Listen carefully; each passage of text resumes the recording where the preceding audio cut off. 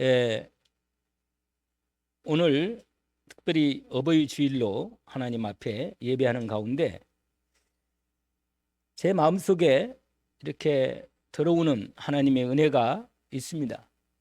그것은 우리가 집에서, 가정에서 대부분 잘하고 또 가정의 분위기나 상황을 알잖아요. 자식이 나를 생각할 때 나는 어떤 어머니인가 하는 생각을 해봤습니다. 우리 어머니는 어떤 사람인가? 어머니 딱 부르면 생각이 딱 날 것이 분명합니다. 우리 어머니는 어떤 모습으로 어머니가 내게 비칠까? 아버지는 또 어떠한가? 하는 생각을 해봤습니다. 왜냐면요, 여러 가지로 잔소리로 말로 가르치는 것보다 백천배, 만배, 그 어머니의 마음의 중심에 있는 그 중심이 분명히 자식에게 전달됩니다. 전달돼요. 우리 어머니는 어떤 사람인가? 우리 아버지를 생각하면, 우리 어머니를 생각하면 어떤 사람인가를 반드시 자식은 보게 되어 있습니다. 그건요, 그 어떤 것보다도 엄청나게 자식을 향해서 영향을 미칩니다. 그래서 정말, 그래서 가능한 한 자식 앞에서는 싸우면 안 됩니다, 부부가. 왜냐하면 그 이미지가 그대로 들어가기 때문에. 그래서 있잖아요, 우리가 자식을 위해서 뭐 많은 건 다 해주지 못하지만 그러나 분명한 하나는 전달해야 합니다. 아, 하나님이 살아계시구나. 아, 하나님이 우리 어머니와 함께 계시는구나. 하나님 우리 아버지와 함께 계시는구나. 진짜로 하나님께서 우리 가정을 축복하시는구나. 이 믿음이 전달돼야 합니다. 그러면 절대로 그 자식은 비끄러지거나 잘못될 수 없습니다. 왜냐하면 하나님을 보았기 때문에. 우리 어머니를 통해서 하나님을 보았기 때문에. 우리 아버지를 통해서 우리 하나님이 어떤 분인가를 알게 되었으니까. 정말 중요합니다. 왜냐하면 어릴 때 들어간 건요, 늙어도 잘 안 떠나요. 그 평생 가는 겁니다. 그래서 오늘 제가 이 말씀을 생각하면서 제 마음속에 들어온 부분이 그렇습니다. 아, 그렇구나. 제가 벌써 이제 뭐 마음속에 뭐 자식을 또 낳을 수는 없겠죠. 그러나 만약에 자식을 낳아서 새로 시작한다면 정말 지금 말씀드린 대로, 왜냐면 이미 시간이 많이 지나가서 지금 아무리 잘 보여줘도 자식에게 그게 잘 전달이 되기가 그래도 남은 시간이 있을지 모르지만 그런 생각이 들었습니다. 여러분, 하나님께서 눈에 안 보이기 때문에 하나님이 눈에 보이도록 우리에게 나타난 분이 누군지 아세요? 누구겠어요? 부모예요, 부모. 예수 그리스도지만 가장 가까이 눈에 보이도록 나타난 분이 누구냐면 부모님입니다. 그래서 우리의 평생에 우리의 이미지가, 그래서 아버지한테 상처받은 사람은요, 하나님을 아버지라고 부르기가 너무 힘들어요. 상처가 있기 때문에. 나 그런 아버지 싫다? 이러는데 뭐. 아버지에 대한 이미지가요, 잘못됐기 때문에 어린 아이들, 어릴 때부터 부모가 술을 먹거나 아주 주사를 부르거나 막 부부가 싸우고 막 맨날 그러면요, 집안 분위기가 그러면요, 절대로 그 아이가요, 마음속에 하나님을 만나서라도 크게 상처가 발판이 되지 않는 한은 그 아이에게 평생 갑니다. 진짜로 그렇습니다. 너무 중요한 거예요, 여러분. 왜 하나님이 부모를 주식했어요? 우리가 이 땅에 태어날 때 부모를 통해 태어나잖아요. 그래서요, 하나님께서는 우리가 하나님의 사랑을 체험하는 가장 가까운 부분이 누구냐? 부모예요. 그것도 어머니. 어머니야말로 하나님의 사랑을 가장 가까이 경험합니다. 그렇기 때문에 하나님은요, 어머니에게 하나님의 완전한 사랑을 부어주신 것입니다. 그래서 어머니를 통해서 그 사랑을 못 받으면요, 하나님에 대한 사랑을 믿기가 너무너무 힘듭니다. 이게 상처거든요. 여러분, 이 세상에 조건 없는 사랑이 어디 있어요? 없어요. 여러분, 어머니가 자식을 사랑하는 사랑만큼 조건 없는 사랑이 없습니다. 가장 하나님의 사랑이 가장 눈에 잘 드러나는 게 뭐냐면 어머니를 통해 자식을 사랑하는 사랑입니다. 그래서 여러분, 이 세상에 어떤 부모가 자식이 잘 되기를 원하고 건강하기를 원하고 참으로 잘 되기를 원하고 그렇지 않은 부모 아무도 없어요. 어떤 부모도요. 하나님이 우리를 향한 사랑이 어떤지 아세요? 아마 우리의 육신의 부모보다 1000만 배 놀라운 사랑을 갖고 있어요. 오늘 우리가 읽었던 이 누가복음 15장에 나와 있는 하나님의 마음과 그분의 우리를 향하신 그분의 사랑과 기쁨이 어떤가를 너무 리얼하게 보여줍니다. 그래서 여러분, 돌아온 탕자를 얘기했지만 진짜로 하나님의 사랑이 우리에게 이렇게 리얼하게 잘 비유로 예수님께서 전달한 부분은 참 깊습니다. 여러분, 하나님은요, 우리가 그 어떤 죄를 지었더라도 우리를 결코 버리지 않습니다. 심지어 사람을 죽였다 하더라도 살인자 어머니가 될 망정 자식을 품에 안은 게 어머니고 아버지입니다. 절대로 자식을 버릴 수 없어요. 불가피하게 자식을 놓았다 하더라도 절대로 어머니 마음과 죽을 때까지 아마 그 자식을 향한 하나님의 그 마음을 주신 마음은 버릴 수 없을 겁니다. 제가 느낀 겁니다. 그런데 그게요, 시간이 갈수록 그 내리사랑이라고 진짜로 손자나 손녀는 더 크더라고. 제가 느낀 게요. 이번에 특별히 우리 손자가 그 손가락이 새끼손가락 부러져가지고 한국까지 와가지고 이 손가락을 다시 맞춰서 붙였는데 그러더라고. 그 얘기를 의사가 자기 손가락을 딱 한국에 와서 맞히는데 딱 맞는 소리가 자기가 느꼈다는 거예요. 아, 이제는 됐구나, 그런 생각이 들었대요. 그러면서 그때부터 마음의 근심이 사라졌다네. 그래가지고 아, 이제 됐으니까 그때부터는 마음이 전혀 뭐 어린애 마음 그대로, 하하, 그런 것도 있구나, 그런 마음이 생겼습니다. 제 마음에. 그러니까 마음이 기뻐하는 거, 자식이 기뻐하는 것을 그 부모가 바라보고 할아버지 할머니가 바라보는 마음이 얼마나 기쁜지, 그냥 보고만 있어도 기쁜가는 게 이게 이런 거라. 제 마음속에 하나님이 나를 향한 사랑이 이런가? 참 우리가 듣기는 많이 들었는데 가장 가까이서 부모님을 통해서 어머니나 아버지를 통해서 하나님의 사랑을 생각해 볼 때 조금은 할 것 같아요. 조금은. 여러분, 내 인생의 미래를 조금도 염려하지 마세요. 내가 하나님의 아들이고 딸이 맞다면 내 미래에 대해서 조금 눈곱만큼도 염려하지 않아도 됩니다. 왜냐하면 부모조차도 나를 버릴 수 있지만 하나님은 결코 나를 버리지 않습니다. 그게 시편 기자의 다윗이 말했습니다. 절대로 하나님은 나를 버리지 않는 사실을. 이걸로 사실로 믿어지고 체험하면 체험할수록 시간이 갈수록 이게 너무너무 놀랍게 내 마음에 들어옵니다. 아, 하나님 사랑이 이렇구나. 정말로 오늘 우리가 다 읽지는 않았지만 특별히 돌아온 탕자를 통해서요, 정말로 하나님이 우리를 향하신 사랑이 얼마나 큰가를 압니다.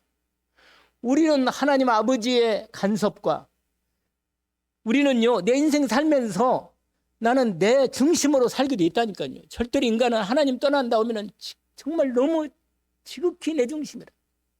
여러분, 부모조차도요, 어떤 때는 싫어요. 그냥 부모조차도. 그런데요, 하나님 아버지는 나이가 어떻게 나를 사랑하신지 아세요? 여러분, 왜 부모가 자식을 그렇게 조건 없는 사랑을 주십니까? 왜 줍니까? 왜 줘요? 생명을 특별히 어머니가 자식을 향한 사랑이 큰 것은 자기의 생명과 함께 자식을 낳기 때문에 그래요. 그래서 그렇습니다. 그런데요, 하나님이 우리를 하나님의 자녀로 낳을 때 어떻게 낳은지 아세요? 알잖아요. 당신의 독생자를 나를 위해서 생명으로, 그러니까 생명으로 예수 그리스도의 하나님의 생명으로 나를 생명 주고 나를 낳았습니다. 여러분, 이 사랑을 이해를 하겠어요? 우리가 어떻게 이해하겠습니까? 그것도 사랑을 알게 해야 알겠는 거예요. 아, 그렇구나. 하나님이 나를 사랑할 때 당신의 생명을 바쳐 나를 사랑했구나. 그 생명으로 내 생명을 구원하셔서 생명을 탄생했구나. 그래서 여러분, 하나님의 사랑과 은혜는, 용서는요, 끝없습니다. 내가 하나님 떠나서 세상에 어디가 있어도 나를 찾아오실 거예요. 분명히. 절대로 그분은 나를 버리지 않습니다. 그래서 바울이 이걸 알고 로마서 8장에 말합니다. 누가 나를 그리스도 안에서 하나님의 사랑을 끊을 수 있겠나? 없다. 여러분, 우리가 아무리 하나님께 큰 죄를 지었어도 돌아만 오면 하나님은 기다리고 계시다가 돌아오면 그 모든 것도 다 용서하시고 받아주십니다. 그래서 여러분, 하나님 아버지의 진짜 마음을 우리가 알기를 원합니다. 하나님의 진짜 기쁨을 우리가 알기를 원합니다. 그래서 여러분, 우리가 하나님을 오해하면 안 돼요. 여러분, 내 생각으로 하나님을 믿으면 안 됩니다. 하나님께서 나를 향한 사랑이 내가 감히 상상할 수 없을 만큼 그분이 나를 향한 사랑이 얼마나 크다는 걸 내가 나이 들면서 시간이 가면서 점점 느끼고 체험하게 됩니다. 제가 아까 말씀드렸잖아요. 시간이 가면 갈수록 우리 더 내리사랑이라고 손자를 향한 그걸 보면서 하나님의 사랑을 더 알겠더라니까. 아, 이거다 더 놀랍구나. 정말 놀라운 사랑이로구나.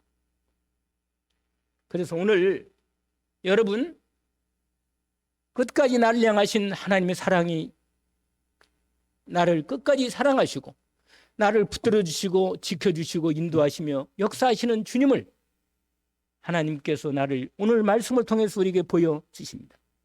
특별히 우리는요, 하나님은요, 특별히 죄를 많이 지은 영혼을 향한 사랑이 큽니다. 여러분, 분명히 하나님이 창세전부터 선택해서 당신의 자녀로 축복하시고 붙들어 놨는데 자꾸 하나님을 떠나서 죄를 지면 지을수록 하나님은 그 자식을 향한 사랑이 크고 큽니다. 이걸 누가 알겠어요? 여러분 알지만요,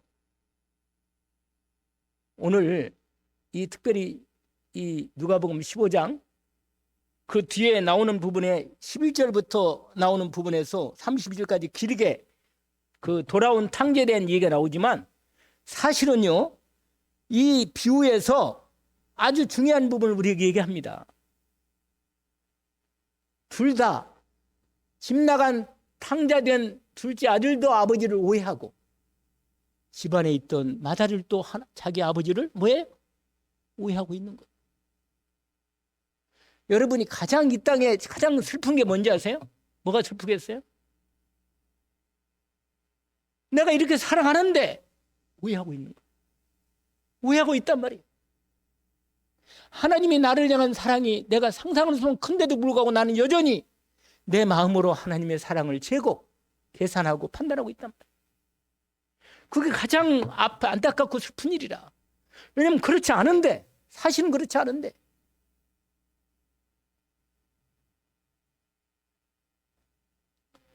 여러분, 절대로 자식은 부모를 이해할 수 없어요. 없습니다. 내가 자식을 낳아서 자식을 키울 때 조금은 체험할 수 있어요. 조금은 체험할 수 있지만 절대로 하나님의 아버지의 마음을 이해할 수 없습니다. 아마 죽는 순간에도 모를 거예요. 여러분,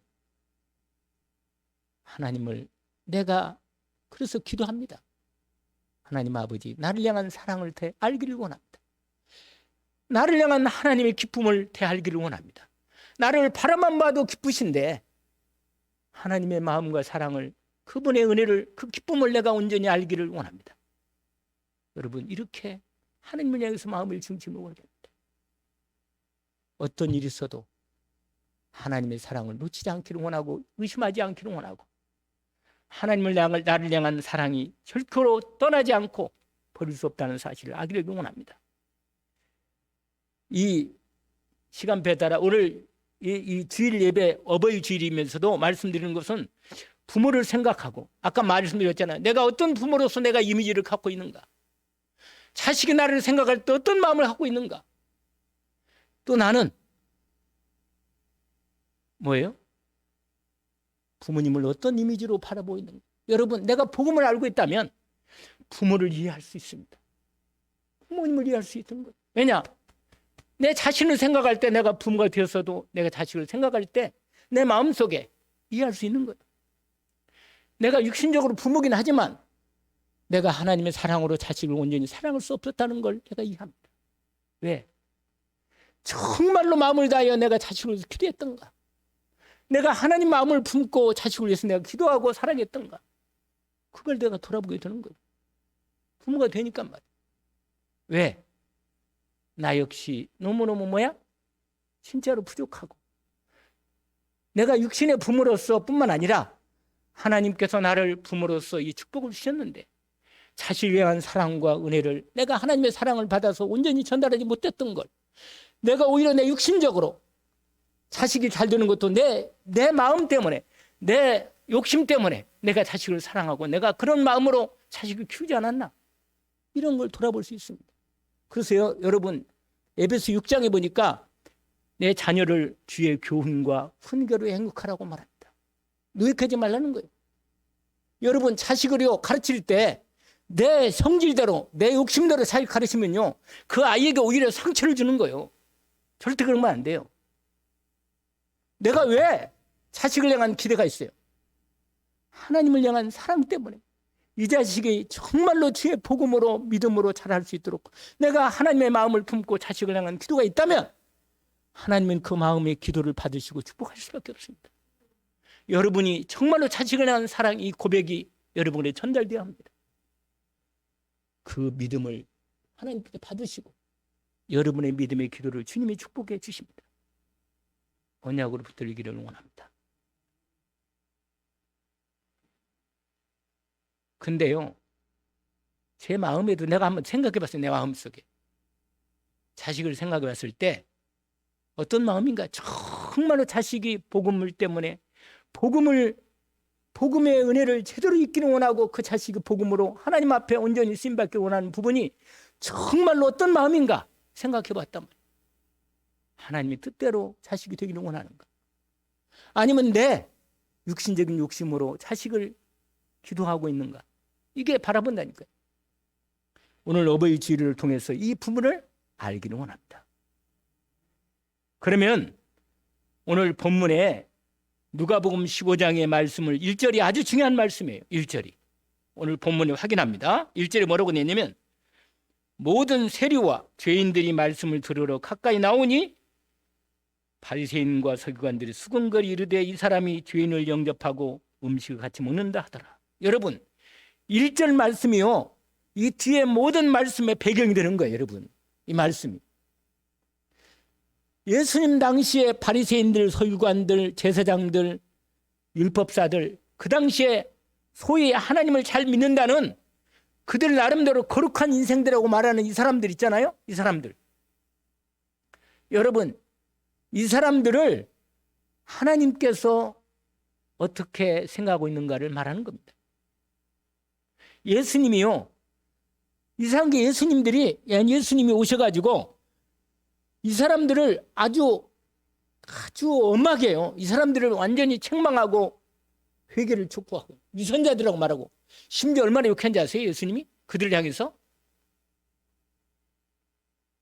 이 사탄의 새끼들아, 이렇게 말했다니까. 이 독사의 자식들아. 예수님 그렇게 욕했어요. 여러분, 하나님이 가장 싫어하고 하나님이 가장 꺼려하는 거, 하나님이 경계하는 거 뭔지 아세요? 위선자야. 위선자예요. 위선자라. 하나님을 믿는 것처럼 진짜 안 믿는 사람들. 모양만 내고 경건의 모양은 있고 능력은 없는 사람. 이 사람 가장 싫어합니다. 여러분, 우리가 능력 없고 우리가 마음에 연약함이 있고 우리가 넘어지기도 잘하고 부족하지만 우리가 하나님 앞에 나와서 하나님의 은혜를 구하고 하나님의 사랑을 구하고 하나님 말씀 앞에 내 자신을 엎드리고 주님의 은혜를 구하는 이 사람, 하나님이 이 사람을 축복하십니다. 보세요. 시간이 가면 어떻게 되는지 보세요. 하나님이 어떻게 이 영혼을 붙들어 주시고 세워주시고 인도해 주신가를 분명히 합니다. 여러분, 약하면 하나님께 엎드리시면 돼요. 여러분 마음에 정말 갈급하고 힘들면 주님 앞에 나와 기도하고 은혜를 구하면 됩니다.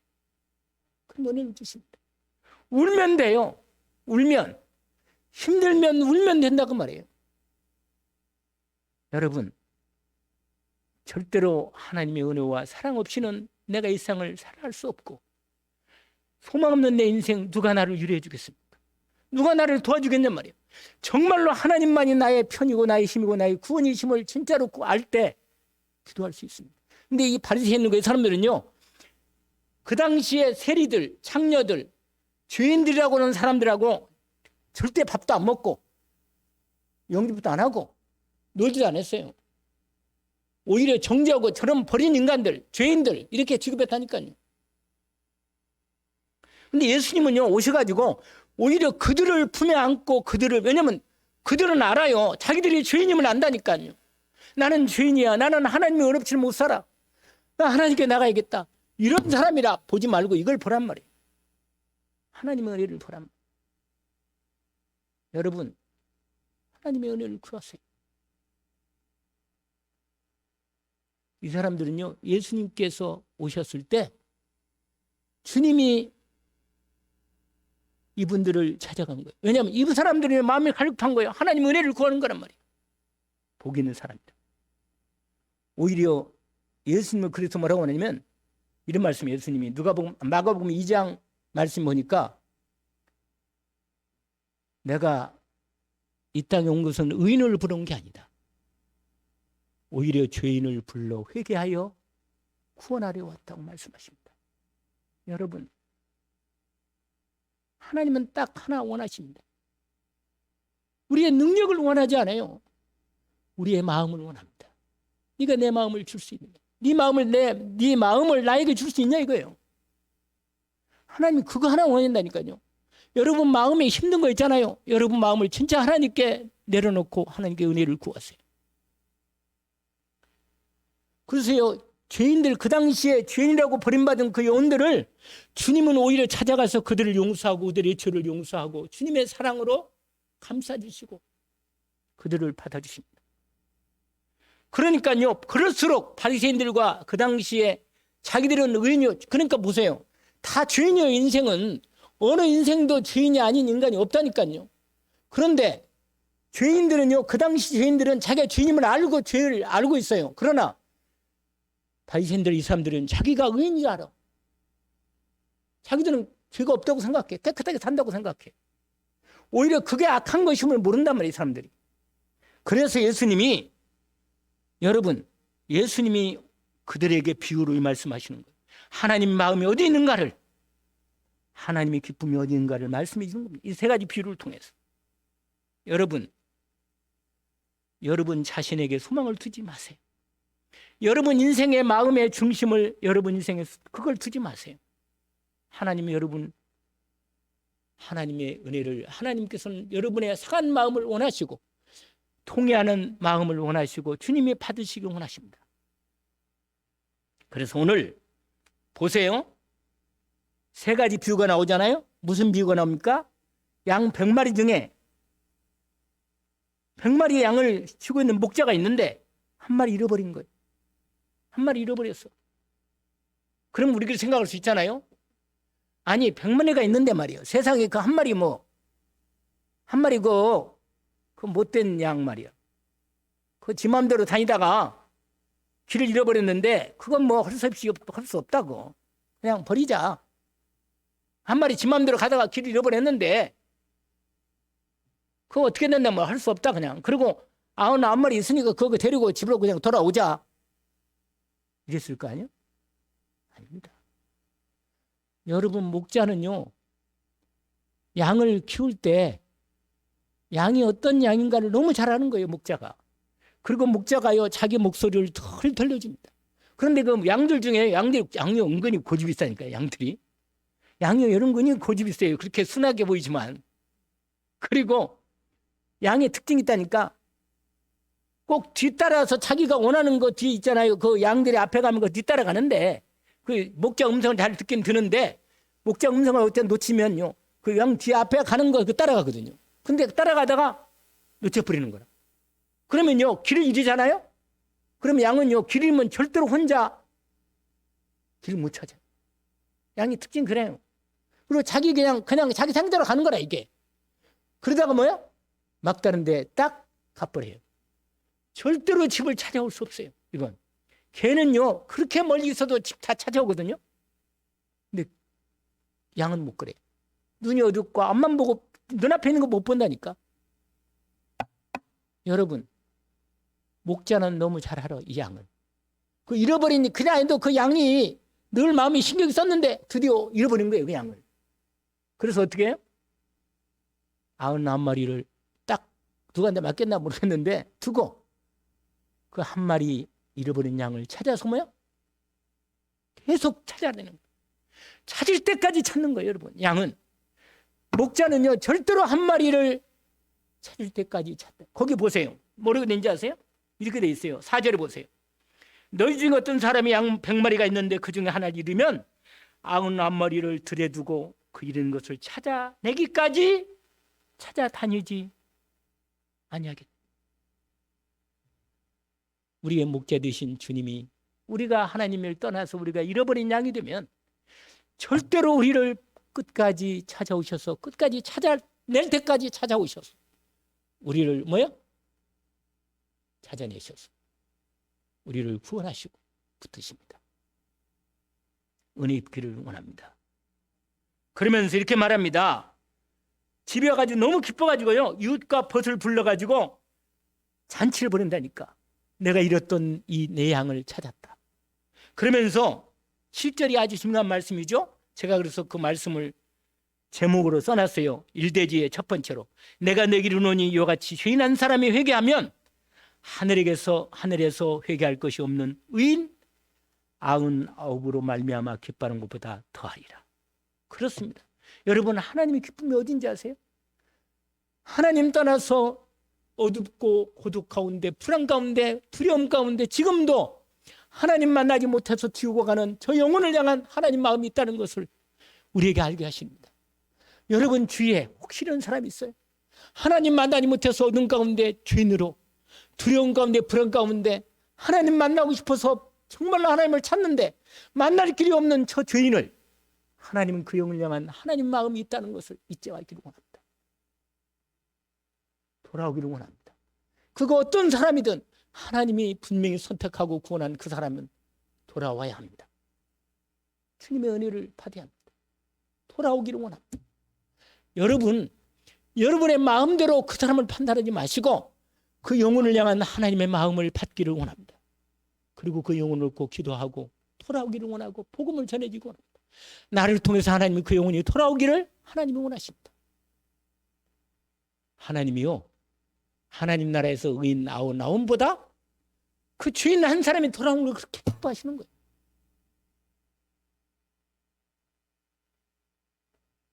두 번째, 드라쿠마 비유예요. 원래 드라쿠마가 뭐냐면 약혼할 때 남자가 남편 되는 사람이 어떻게 돼요? 약혼할 때 증표로, 예물 증표로 드라쿠마를 목걸이로 해서 주거나 반지를 해서 줍니다. 근데 드라쿠마면 은화인데 가운데 구멍이 뚫렸어요. 그래가지고 목걸이로 원래 증표라. 그 증표를 준단 말이에요. 그러면요, 이 증표를 가지고 이걸 세면서 남편을 생각하고 기도하는 거라. 그러면서 축복하는 거예요. 그리고 남편과 사랑하기 때문에 그리워하면서 마음의 중심을 또 다잡고 기도하고 인도받는 겁니다. 그러니까 이 증표가 뭐예요?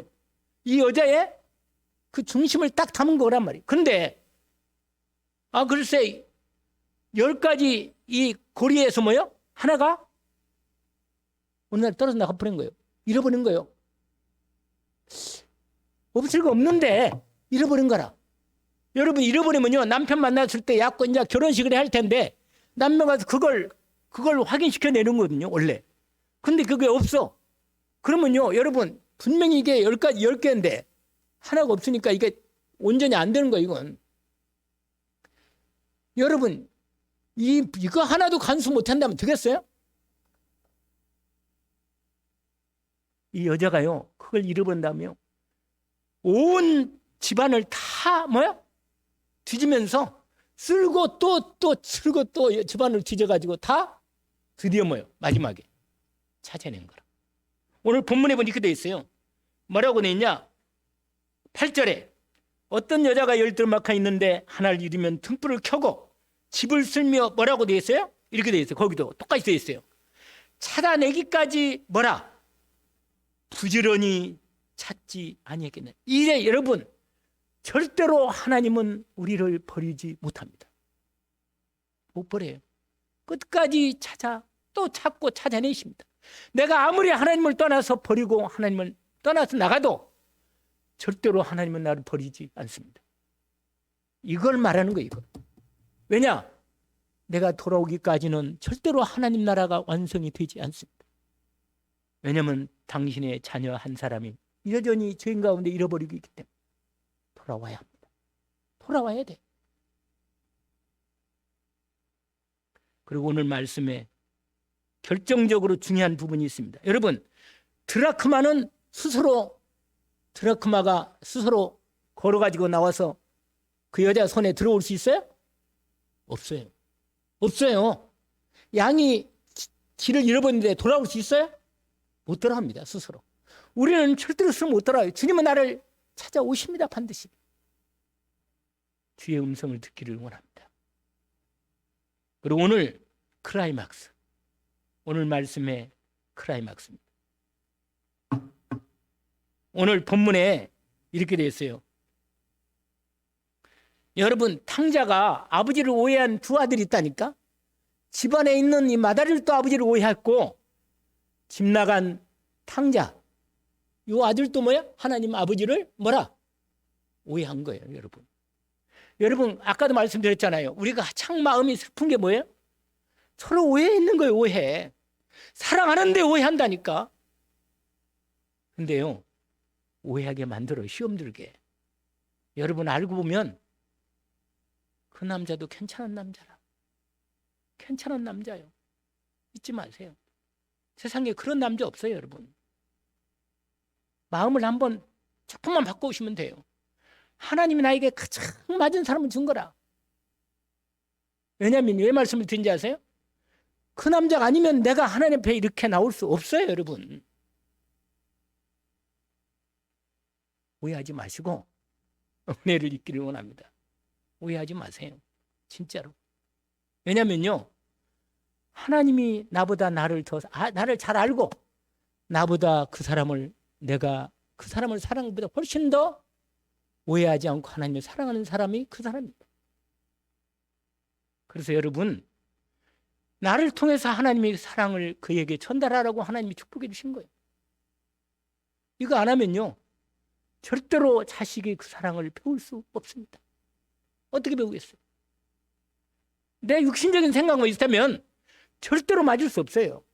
오늘 본문에 보니까 여러분, 두 아들이 있는데 거기 써 있잖아요. 11절 보세요. 예수님 비유로 말씀하신 건데, 또 이르시되 어떤 사람에게 두 아들이 있는데 그 둘째가 아버지에게 말하기를 아버지여 재산 중에서 내게 돌아올 분깃을 내게 주소서 하는지라. 여러분 우리가 부모도 돌아가시면 우리가 생각난다니까. 부모가 아까 우리가 찬양 드렸는데 갑자기 돌아가신 어머니가 생각이 나는 거라. 우리 아버지 다 돌아가셨지만 내 마음속에 인간적으로 생각할 때, 육신적으로 생각할 때는 많이 못 배우시고, 내가 보더라도 말이야, 진짜로 겨우 그냥 한글만 읽을 정도가 되고, 여러 가지로 진짜 세상적으로 막히면 좀 막혔어요. 인간적으로 볼 땐. 그런데요, 그야말로 일편단심 민들레라. 내가 봐도. 저게 하나님의 사랑이 아니면, 하나님이 이 사랑을 부어주지 않으면 어떻게 하겠나 말이에요. 벌써 도망갔을 것인데. 그럴 수 없었겠구나. 오히려요, 하나님의 은혜가 둘 다 많은, 똑같이 생각해, 내 마음속에. 그랬구나. 이해가 되는 거예요. 나는 나쁜 아들이구나. 진짜로 내가 나쁜 아들이구나. 하나님 마음을 내가 잘 몰랐구나. 이런 마음이 생깁니다. 이 말은 뭐냐면, 여러분, 절대로 자식은 부모 마음을 이해할 수 없다니까요. 없어요, 내가. 우리가 하나님 마음을 이해할 수 있겠어요? 아버지 마음을? 이해 못합니다. 그러나 하나님은 우리에게 은혜 주시고 조금이라도 이해한다면 하나님께서 이렇게 비유로 말씀하신 내용입니다. 여러분, 둘째 아들은요, 아버지를 오해하고 아버지가 나를 자꾸 간섭하고 나를 말이요, 자꾸 이거 해라 저거 해라 이렇게 해라 저렇게 해라 이런 생각이니까, 아니 내게 아버지, 내게 어차피 그 당 유대인들은요 절대로 아버지가 돌아가기 전에는 재산 안 줘요, 절대로. 근데 아버지가 살아 계신데 뭐라? 달라는 거예요. 내 것. 내게 불하고 돌아올 분께 맞아줄 건 어차피 두 몫으로 주니까 내 거 한 몫 아버지 주세요. 내 거. 이건 뭐예요? 하나님 아버지 필요 없다는 거예요. 나 아버지 필요 없어요. 나 내 마음대로 내 인생 내가 살 건데 왜 내 간섭하고, 나는 독립하겠습니다. 내 것 주세요. 이렇게 나온 거예요. 근데 아버지가요, 그걸 알지만 아마 처음에는 얘야 그러지 마라. 어른이 내가 이 땅을 떠나가면서 내게 네 몫을 주지 않겠냐. 그리고 너는 아직도 나가면 안 된다. 아직 때가 안 됐다. 독립할 상황이 아니다. 분명히 말했을 텐데 뭐요? 둘째가 아버지 명을 어기고 자기 분깃을 끝내 졸라서 뭐요? 아버지 말 안 듣고 그 재산을 다 팔아가지고요, 아버지의 간섭 않는 먼 나라로 그냥 가버렸어요. 먼 나라로. 전혀 아버지 손길이 없는 대로. 여러분, 그러나 육신적으로 아버지는 그렇지만 하늘 아버지는 절대로 하나님 아버지 손길을 벗어날 수는 없습니다. 비유로 말한 거예요. 그런데 여러분, 아버지 떠나서요, 여러분 마음대로 사니까 여러분 처음에는 세상이 참 좋아요. 여러분 예수 안 믿고요, 마음대로 살면 진짜로 정말로 처음에는 기가 막히게 좋아요.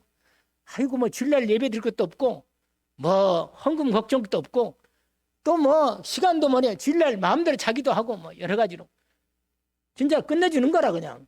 그리고 하나님 없이 살면 얼마나 좋은지 몰라요, 처음에는. 왜냐면 하나님 뭐 이거 해라 저거 해라 필요 없으니까. 그런데 여러분, 그것도 하루 이틀이지. 살아봐요, 여러분. 시간이 가면 갈수록 하나님 아버지가 없다는 게 얼마나 인생에 아닌가를 알게 될 겁니다.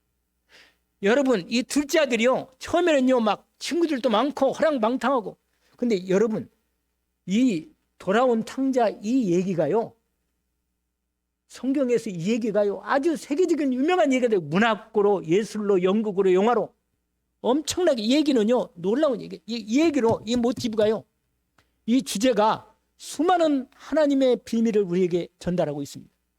여러분, 여기에 대해서는 놀라운 내용이 많아요. 그러나 여기에 가장 예수님 포인트는 뭐냐? 둘 다 하나님 아버지를 우애하고 하나님을 떠났다는 것, 이겁니다, 여러분. 그러나 하나님은 절대로 버리지 않고 끝까지 그들을 뭐요? 찾아오신다는 거예요. 버리지 않고 기다리신다는 거예요, 여러분. 이거예요, 여러분. 여러분, 다시 한번 말하지만 절대로 하나님은 나를 버리지 않고 버릴 수도 없고 버려지지도 안 합니다. 하나님을 떠날 수 없다는 거예요, 여러분. 이게 오늘 본문의 가장 중요한 말씀이에요. 떠나가지고요, 드디어요, 완전히 다, 여러분, 하나님 떠나면 나중에 어떻게 아세요? 완전히 거주돼요. 영적으로도 마음도 둘 데도 없고 하나님 밖에는 의지할 게 없다는 걸 알게 될 겁니다. 여러분, 시간이 지나면, 다시 말씀드리지만 시간이 가면 갈수록 내 하나님 아버지 밖에는 내가 의지할 수 없다는 걸 알게 될 겁니다. 알게 돼요, 분명히. 이걸 이르기 전에 여러분 지금 빨리 철을 들고 이걸 철인 날거든. 이걸 뭐야? 이걸 가리켜서 뭐냐? 철 든다는 거예요. 아셔야 돼요. 아, 하나님의 아버지가 나를 사랑하는구나. 하나님이 나를 끝까지 사랑하시고 당신의 형상으로 나를 만드셨구나. 예수 그리스도의 생명을 바쳐 나를 구원하시고 나를 축복하셨구나. 결코 나를 버리지 않고 끝까지 나를 구원하시는구나. 이걸 알게 될 겁니다. 근데 언제 아느냐? 빨리 알면 좋을 건데 다 잃어버리고 완전히 거지가 되고요. 세상적으로도 육신적으로 병들고. 여러분 혹시라도 여러분 찾아보세요. 네덜란드 화가 렘브란트라는 유명한 화가가 있는데 돌아온 탕자의 그림이 있어요. 그림. 그거 보면요. 너무 그 돌아온 탕자에 대한 아버지 마음, 첫째 아들이 서 있는 거, 둘째 아들이 돌아와가지고 아버지한테 품에 안겨가지고 아버지가 그 안아서 축복하시는 내용이 나오는데 그 사진을 보면요. 눈물이 나와요. 눈물이. 그 렘브란트가요. 나이 들면서 하나님께 자기가 돌아오는 자기 마음을 표현하는 거예요. 여러분 빨리 돌아오시면 돼요. 혹시라도 하나님 아버지를 만나지 못한 사람이 있다면 빨리 돌아오면 됩니다. 돌아오면 하나님이 받아주시고 축복해 주십니다. 돌아오라. 돌아오면 하나님은 받아주십니다. 여러분 생각을 버리고 하나님 아버지께 마음을 처럼 여시고 어떤 것도 여러분 오해하지 마시고 하나님 앞에 돌아오기를 원합니다. 왜냐? 오늘 본문에 보니까요. 이 아들이요. 자기가 완전히 바닥까지 내난 다음에 드디어 하나님 앞에 하나님 아버지가 생각이 난 거예요. 그러고는 돌아옵니다. 회개합니다. 내가 여기서 줄여주는구나. 여러분 유대인들이 가장 싫어하는 짐승이 뭔지 알죠? 뭐라? 돼지라 돼지. 가장 부정한 짐승 세상에 돼지 치기를 하다니까. 그러니까 얼마나 비참하게 떨어졌어요. 하나님의 자녀가 세상에 가장 낮고 더러운 곳에 딱 떨어진 거예요. 누구도 도와주지 않아요. 여러분 내가 하나님 떠나면 누가 도와줄지 알아요? 처음에는 친구들 좋고 도와줄 것 같지요. 결정적 시간이 되면요. 아무도 나를 도와줄 수 없어요. 내 인생에 무너지고 병들고 내 영혼이 두려워질 때, 내 영혼이 피폐해질 때 누가 나를 도와주겠어요? 내 영혼을 누가 구해주겠단 말이에요. 예수 그리스도밖에 없다는 걸 알게 될 거예요. 빨리 돌아오기를 원합니다. 아버지가요. 집 나간 그날부터 아들을 기다립니다. 그날부터 기다린다니까. 왜? 돌아올 거니까. 반드시 아들은 돌아옵니다. 기다오는 거예요. 어느 날 그날 또 해가 저녁 때가 됐는데 항상 저녁 때가 되면 아들이 혹시 돌아올까 기다리고 있는 거예요. 그날 동구밭에 있잖아요. 웬 거지 하나가 젊은 거지 하나가 뭐예요? 왔다 갔다 하는 거예요. 아버지가요 한눈에 알아봤습니다. 아버지는 감히 아들이 아버지 집을 가까이 보면서 막 들어오고 돌아오지 못하고 있는데 아버지가 한눈에 알아보고 신발도 신지 않고 달리 나갔습니다. 그리고 아들을 목을 끌어안고 울면서 얼굴을 비비면서 아무것도 묻지 않고 품에 안고 돌아오게 됩니다. 그리고는 종들에게 말합니다. 거기에 나오죠? 뭐라고? 22절이죠. 근데 아들이 무슨 말을 했어요? 뭐라고 말하냐? 21절에 이르되 아버지여 내가 하늘과 아버지께 죄를 지었으니 지금부터는 아버지 아들이라고 일감을 감당하지 못하게 내가 아버지 아들이지만 내가 아들이라고 말할 수 없는 죄를 지었습니다. 이렇게 말해도 전혀 아버지는 그 말을 알아듣지 못합니다. 왜? 아니기 때문에. 전혀. 집 나갔을 때도 아들이고 나가서 살 때도 여전히 내 아들이고 돌아올 때도 여전히 내 아들이기 때문에 절대로 아들을 버릴 수 없기 때문에 종들에게 말합니다. 여러분 종하고 아들은 천지차이예요. 저와 여러분은 하나님의 아들입니다. 하나님의 자녀예요. 그래서 뭐라고 말해요? 종들에게 말합니다. 뭐라고? 제일 좋은 옷을 내어다 입히고 손에 가락지를 끼우고 발에 신을 신겨라. 이 말이에요. 아들의 신분과 권세를 완전히 회복시켜줍니다. 그리고는 살린 송아지를 끌어다가 잡으라. 우리가 먹고 즐기다. 그런 뭐래 24절에 내 아들은 죽었다가 다시 살아났으며 내가 잃었다가 다시 얻었노라 하니 그들이 즐거워하더라. 여러분, 첫째 아들 얘기는 다음에 시간이 있으면 이야기하겠습니다. 다만 첫째 아들이 누군지 아세요? 바리새인들이에요. 바리새인들. 저 죄인들이 예수 그리스도 은혜 앞에 돌아왔는데 죄인들이 돌아오는 걸 못마땅히 여기는 거예요. 아니 저렇게 뭐라고 말한지 아세요? 첫째 아들이 뭐라고 말하냐면 29절 보세요. 아버지가요 자식이 너무 돌아와서 기쁜데 아버지 마음을 전혀 모르는 거예요. 전혀 아버지 마음과 아버지의 기쁨을 전혀 모르는 거예요. 여러분 예수 믿고 구원받고 하나님의 자녀인데도 불구하고 하나님 아버지의 마음을 전혀 모르고 자기 생각으로 아버지를 섬기고 나는 절대로 쥐도 안 빠지고 헌금도 제대로 내리고 말이야. 내가 모든 걸 다 헌신했는데 도대체 아버지 하나님 뭡니까 내가 이러다니까 벌써 하나님을 잘못 섬기는 거 이러면 여러분 인생에 날마다 하나님의 은혜가 감사해서 하나님께 기도만 하면 눈물이 나오고 나를 향한 사랑이 너무 커서 나는 죄인이었는데 나는 하나님이 나를 부르지 않으면 나는 구원받을 수 없는데 나를 구원했구나. 내가 이전에 이 고통 속에 죽는다 하더라도 하나님의 사랑을 나는 절대로 잊을 수 없구나. 이게 마땅하지. 이게 마땅합니다. 이 맏아들 얘기 좀 봐요. 뭐라고 말하냐? 아버지가요. 네 둘째 아들 돌아왔으니까 네 동생 왔으니까 같이 기뻐하자. 그러고 들어가지고 그런데 밖에서요. 들어올 때 종들에게 먼저 들은 거예요. 이게 무슨 소리냐? 그렇게 말하니까 종이 말했어요. 뭐라고? 27절에 당신의 동생이 돌아왔는데 당신의 아버지가 건강한 아들이 다시 돌아와서 너무 기뻐가지고 송아지 잡고 잔치를 벌였습니다. 화가 나가지고요. 들어가지도 않고 노해가지고 아버지가 나와서 그 아들 보고 들어가자 했는데 뭐라고 말해요? 아버지, 내가 여러 동안 아버지를 섬겨서 명예 이거 봐봐요. 아버지 집에서 자기가 아버지 집에 무슨 종이요? 품꾼입니까? 아니 아버지를 섬길 때 자기가 열심히 했는데 아버지한테 자기 재산이 자기 재산이야 결국은. 그런데 불구하고 내가 하나님께 이렇게 아버지께 했는데 말이에요. 도대체 아버지 뭡니까? 나에게 염색해서 잡아서 주었습니까? 이렇게 말했단. 여러분 이러면 안 돼요. 여러분 하나님이 여러분 이렇게 말해. 그렇게 말하니까 뭐라고 말해? 30절을 보세요. 동생은 말하지도 않아요. 뭐라고 말하냐? 30절에 아버지의 살림을 장녀들과 함께 삼켜버린 이 아들이 돌아오매 이를 위하여 살린 송아지를 참으셨나이다. 이 말은 뭐예요? 저런 못된 놈을 아버지께서 받아들였습니까? 이렇게 말하는 거예요. 그러자 아버지가 얘 너는 항상 나와 있지 않느냐? 다 내 것이 네 것이 아니냐?